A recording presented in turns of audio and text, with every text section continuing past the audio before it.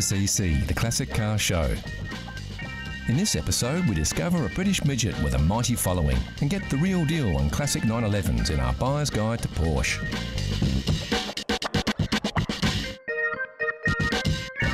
We go automotive treasure hunting and blow the dust off some classics as we talk about the coveted barn find.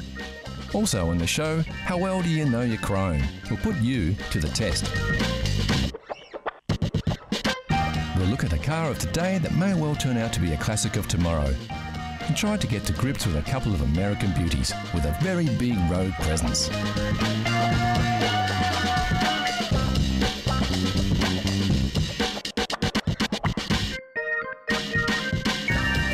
So sit back and get ready to cruise into the long open road that is CC, Classic Cars.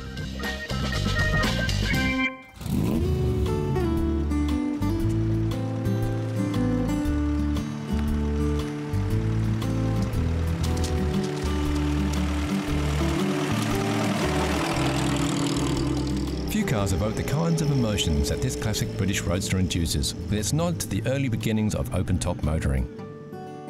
And it could be considered an accident that this beautiful MGTC, also known as the MGTC Midget, is even in the category of classic cars.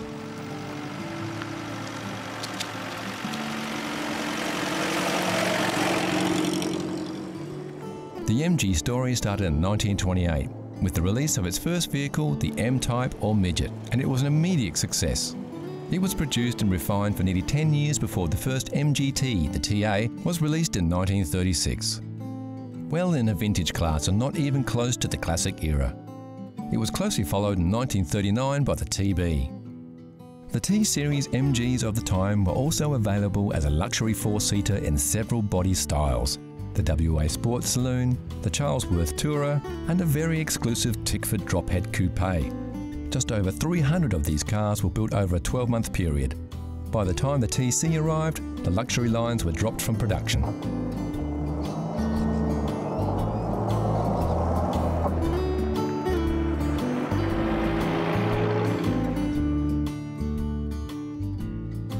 Like most car manufacturers of the time, the war put the brakes on any new car models, and the post-war industry was simply a matter of dusting off old designs and going back into production.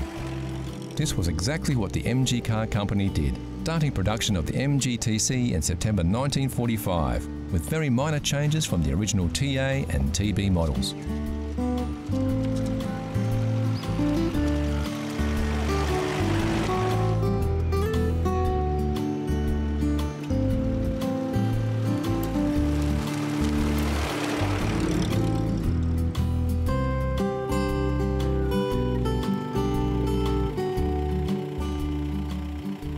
The TC was a pre-war car in a post-war market, and management at MG didn't have any high hopes for its success, but forged ahead anyway while they worked on designs for future models. Surprisingly, the MGTC was a hit with car buyers. While the USA was producing large and quiet, comfortable rides with loads of power, the MGTC was a loud, small-engined fun machine and was considered a real driver's car. This reputation led to the TC being the most successful car to come out of the MG plant since its inception in 1928. Exactly 10,000 production versions of the MG TC were produced from September 1945 to November 1949, a larger number than any previous MG model. It cost £527 on the home market in 1947, which would be about £21,000 in today's currency, or about 33,000 US dollars. Many of the TCs were exported from the UK to the USA, even though it was never built in a left-hand drive configuration. The version of the TC exported to the USA did have some minor differences. The headlights were slightly smaller and were a sealed beam variety to meet US safety regulations. The twin rear lights were larger for the same reason. The US also demanded turn signals or indicators for local registration. To top it off, the US TCs also featured chrome bumpers as standard.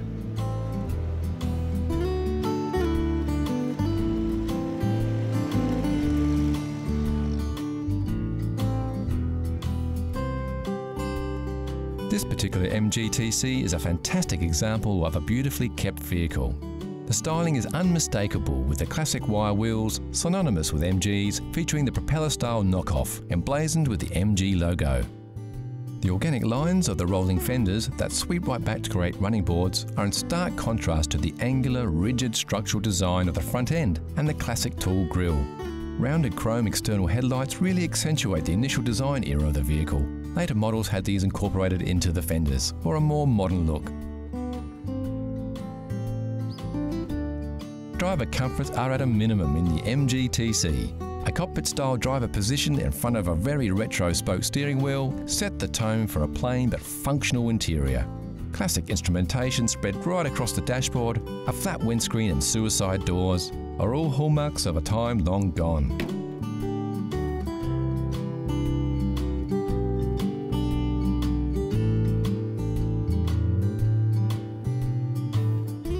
Under the hood, the MG-TC was no muscle car, using the same power plant as the Morris 10. This was the X-Pac engine first released in the late 1930s.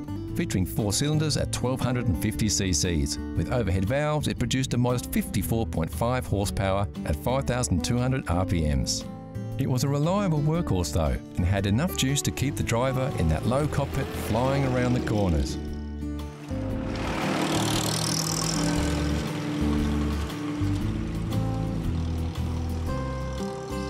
For a classic roadster like this, the hood or ragtop is really just for rainy days, and rumour has it, if you are caught out for a drive in the sun with the roof up, you will get a ribbing from any fellow MGT drivers, and so you should.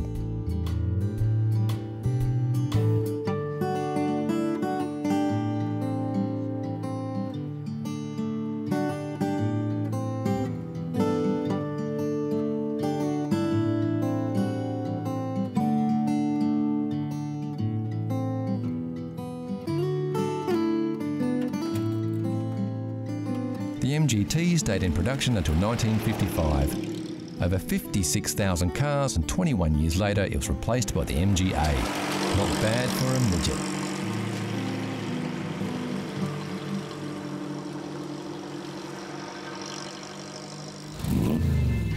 Here's a challenge for all you classic car fans. Know Your Chrome gives you a peek at some close-ups of classic chrome. Look at the shapes. Do you recognise the lines? Can you tell which car sports this shiny styling? It's too early for clues, but we can tell you it's a car, it's a classic, and it's very, very cool. Look closely, and we'll give you more hints later in the show. Next on CC, the Classic Car Show. An exciting way to land yourself a classic car. A great Jag of tomorrow, and our buyer's guide to Porsche.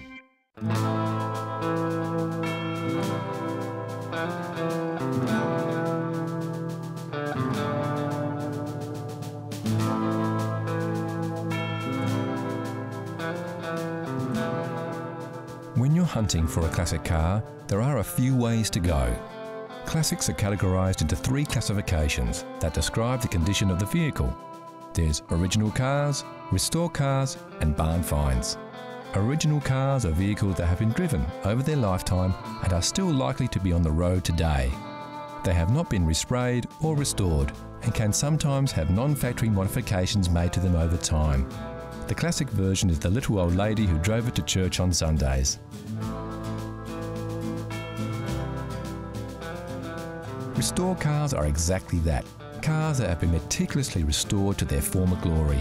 Often bare metal restorations with everything in its place. These vehicles are generally pretty expensive, but are real head turners.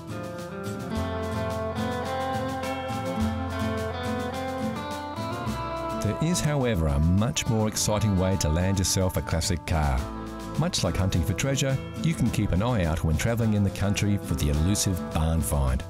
But what is a barn find? A barn find is generally exactly that. It's something that's found in a property or an old barn. Its condition may be good, but in most cases it's generally pretty poor because it's been used and in many cases abused. You have to remember these cars have probably gone through many hands before they've finally ended their days sitting in a barn. The barn find can be an exciting experience. It's not unusual to discover more than one car in a large barn, and sometimes they are in excellent condition.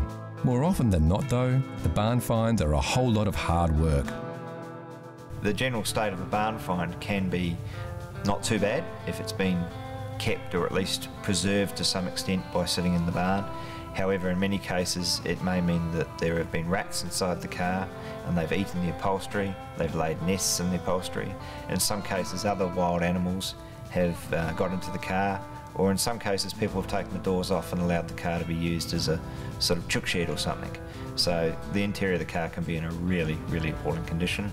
The exterior of the car might not be too bad, but then again, if it's had years of rust, etc., then it's decayed quite a bit.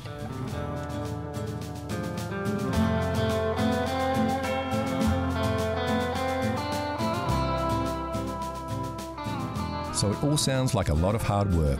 Surely it would be better to get hold of a running classic and restore it from there. Well, not always. The advantage of finding a barn find is in many cases you will get an unmolested car, hopefully, in which case it has all its what's known as jewellery, which is all the chrome work, etc., still with the vehicle. Obviously, the most desirable barn finds are those cars that are considered to be very desirable, like Bugattis or Rolls-Royce, etc. And in some cases, people do find them in barns.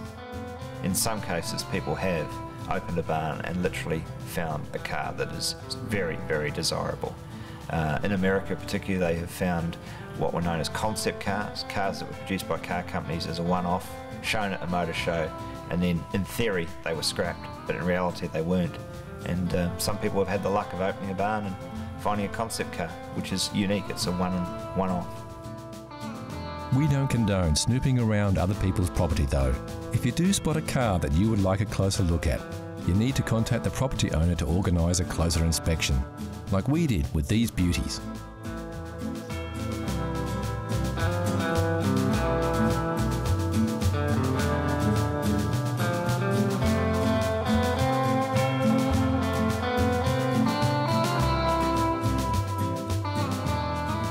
Classic car fans will always be searching for those elusive treasure moments, but they don't come along often. And remember not to get too excited by a rusting hulk in a shed somewhere, unless you really, really love it, or it's a collector's car. It could be more hassle than it's worth.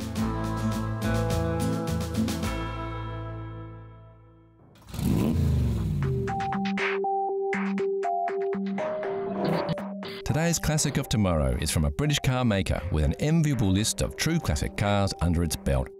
Only a handful of cars are recognisable in an instant, like classic Jaguars, with their sleek lines and bold, distinct styling.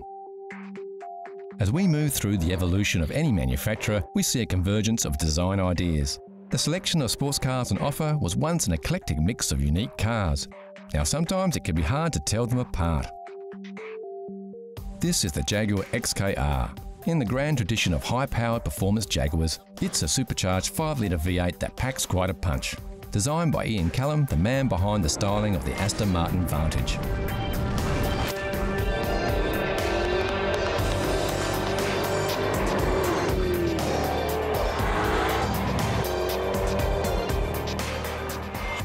So how much does it cost to buy a performance car of today that will be a classic of tomorrow? Around £60,000, or about $95,000 will get you a new one.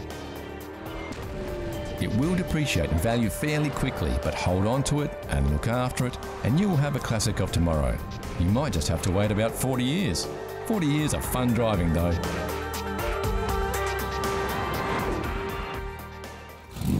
So you've always dreamed of owning a Formula One race car, tearing around the track at 200 miles an hour. But maybe you just don't have the millions to spare. So it's time to look for something a little more practical that will still fuel your high-octane dream, like a Porsche 911. Yeah. We took a look around to see just how deep your pockets need to be to get behind the wheel of one of the most successful competition cars of all time. Since its introduction in 1963, the Porsche 911 has undergone continuous development, but the basic concept has remained the same, with its rear-engine design and independent rear suspension. The most notable change was the introduction in 1998 of a water-cooled engine, replacing the previously air-cooled power plant. Although there are always many risks that require thorough research when buying second-hand cars, many Porsche 911 owners are generally enthusiasts who have taken good care of their vehicles. Woo!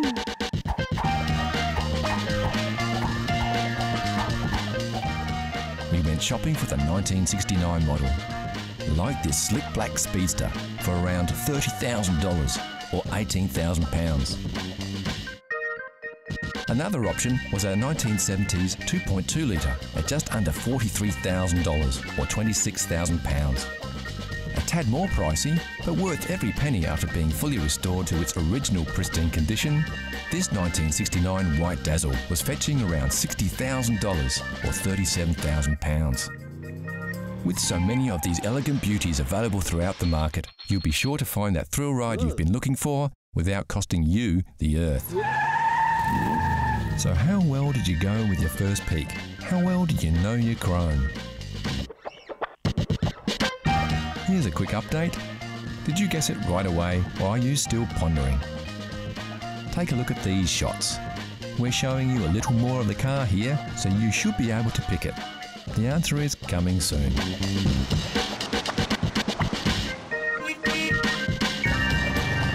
Next on CC, Classic Cars, we reveal the Know Your Chrome mystery car and then go for a cruise in some classic American monsters. So how well did you know your chrome? If you said it was a Maserati Merak, you would be right.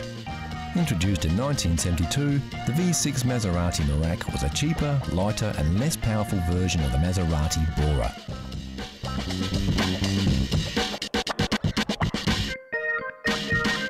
With a lower weight ratio and better weight distribution, the Merak may have had less power, but it handled far better than its V8 counterpart. Ladies, Gentlemen, the magic of the past doesn't last.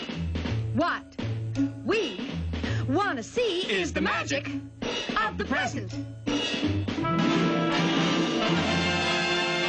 new Oldsmobile.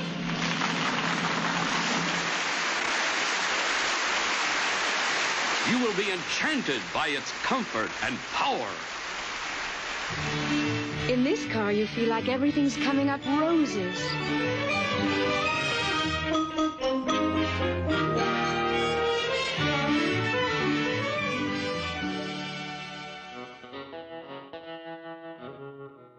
Some may say that they just don't make them like they used to, and in the case of this pair of 1960 Yank tanks, they definitely don't. Oldsmobiles were produced from 1949 until 1999 as a division of General Motors, and from 1950 to 1974, the 88 was the division's top-selling line.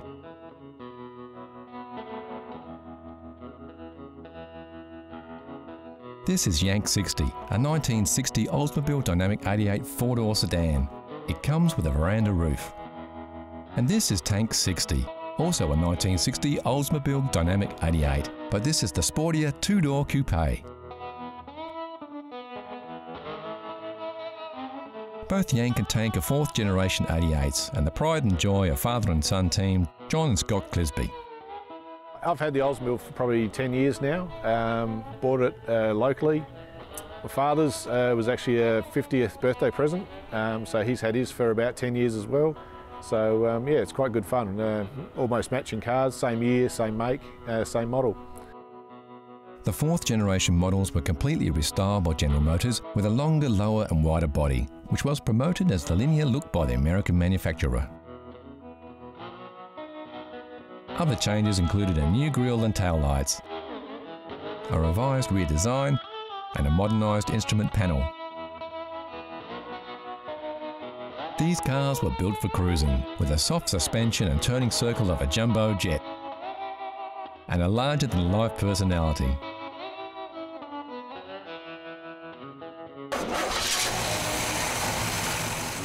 Under the hood, both these beauties are powered by the same 371 cubic inch rocket V8 that was carried over from the 57-58 models and came as standard on all Dynamic 88s of the year. While many cars of the time feature bigger and sharper fins and tons of chrome, the fourth generation 88s featured a more subdued look with subtle oval fins and much less chrome.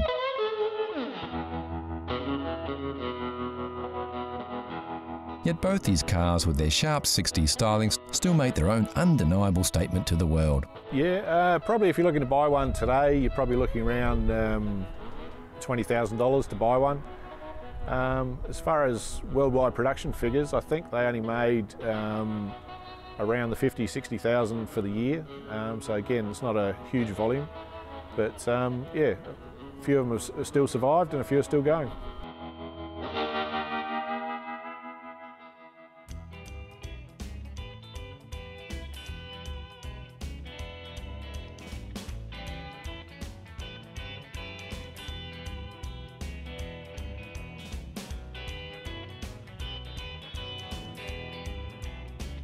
The driving experience is great and they're so easy to handle, with power steering that makes these giants surprisingly responsive. They're also very comfortable, with a 6-way power seat that adjusts your driving position backwards, forwards, up or down, a feature not fitted as standard on many modern cars. For a 1960 car, it's got power seats. It's a pillarless car, which means you can wind down the windows and have no door pillars.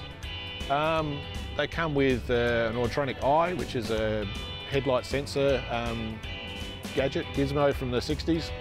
And yeah, it's a large V8, automatic, very comfy to ride around in, very drivable car.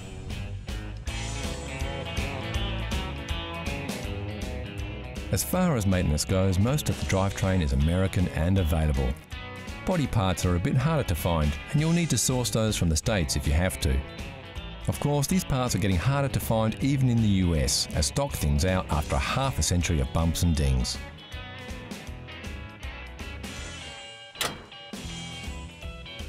General tuning and maintenance is pretty straightforward though, and you should be able to get most components over the internet or even locally.